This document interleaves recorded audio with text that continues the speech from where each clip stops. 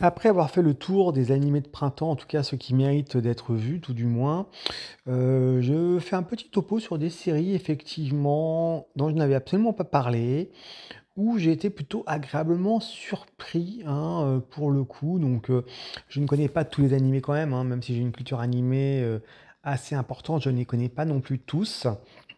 Et effectivement, je suis tombé sur ces 2 animés qui sont un petit peu en mode isekai et MMORPG, et j'avoue que le deuxième est particulièrement exceptionnel, hein. Donc, le premier, pour commencer, c'est Didn't I say to make my ability average in the next life? En fait, on est tranquillement sur un isekai assez classique, hein, où il y a effectivement une personne qui était très douée, dans son bahut, qui était meilleur que tout le monde, et du coup, elle se retrouvait seule.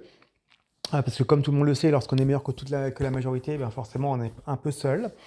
Et effectivement, elle se retrouve suite à un accident tragique, projetée dans un monde de fantaisie. Elle a dit, bon, bah, c'est comme je vais avoir une vie normale, j'aimerais bien avoir des capacités moyennes. Bien évidemment, les capacités moyennes le sont par rapport au monde dans lequel elle évolue. Et il se trouve qu'elle va être over-cheatée une fois de plus. Et on arrive sur un isekai assez classique avec son côté un petit peu frais, échange, rigolo. Alors, moi, j'ai trouvé ça relativement sympathique. Alors bon, c'est qu'un animé avec que des nanas, donc on aime ou on n'aime pas. Je ne donnerai pas mon avis sur ce sujet. Par contre, j'avoue que les 12 épisodes se voient assez facilement et assez aisément, hein. Donc franchement, il n'y a pas eu de prise de tête, c'est pas trop trop lent. On est sur le même modèle. On est sur un isekai assez classique, sans la partie ecchi et fanservice.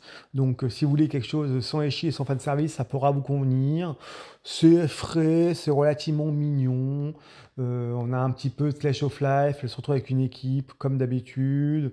On va tenter de se faire intégrer, la peur de de se faire rejeter. Enfin, c'est assez sympa, ça reste relativement frais, relativement mignon à regarder. Donc, pas mal, hein, ça peut être très sympathique, mais j'avoue que le suivant est une vraie réussite. Je ne connaissais pas Bofuri, et j'avoue que là, ça a été, je vais pas dire une révélation, mais presque.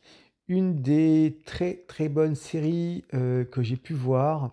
Alors moi, vous savez, enfin en tout cas par rapport à ce que j'ai pu écrire ici ou là, vous savez à quel point j'apprécie beaucoup Konosuba, hein, bien évidemment. Donc je trouve qu'on est sur quelque chose de très très sympathique. Et on est dans le même modèle où c'est vraiment dans l'absurde, sauf qu'il y a quelque chose qui est très appréciable. On est sur 2 saisons, donc on a les 24 épisodes. J'espère de voir la troisième saison. Alors, elle devrait venir pour 2026 avec un peu de chance. Où on est sur une grosse joueuse qui est apparue dans un VRMO RPG, New World Online, où elle a décidé, tout simplement, étant donné que c'était une noob, elle a décidé de, elle voulait pas se faire blesser. Donc elle a tout mis en défense.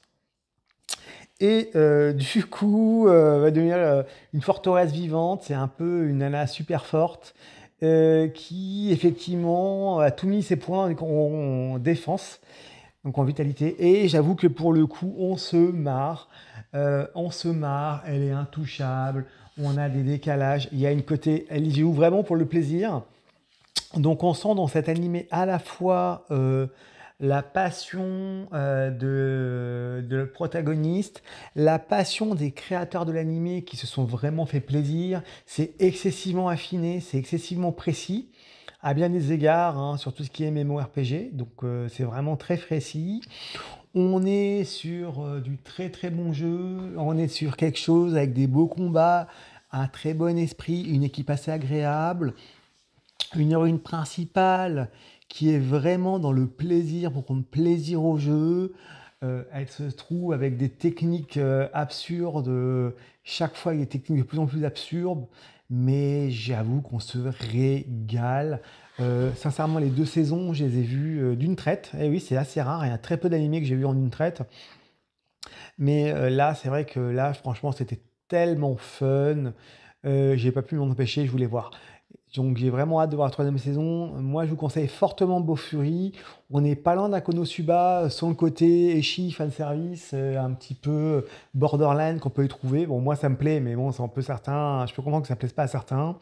Donc si vous voulez un super animé de fantasy, qui a les qualités de Konosuba sans les défauts, qui aussi a les qualités de SAO, effectivement, parce que moi, SAO, contrairement à ce que certains disent, moi, je trouve ça très bon. Donc, on a c'est sur un très bon animé, il y a une très belle chimie, ça fonctionne bien. On a vraiment, on se sent assez proche des héroïnes principales, mec ou pas mec, c'est pas la question. Il y a limite un peu de l'interaction. On se sent vraiment dans l'histoire. J'avoue que c'est une très belle surprise.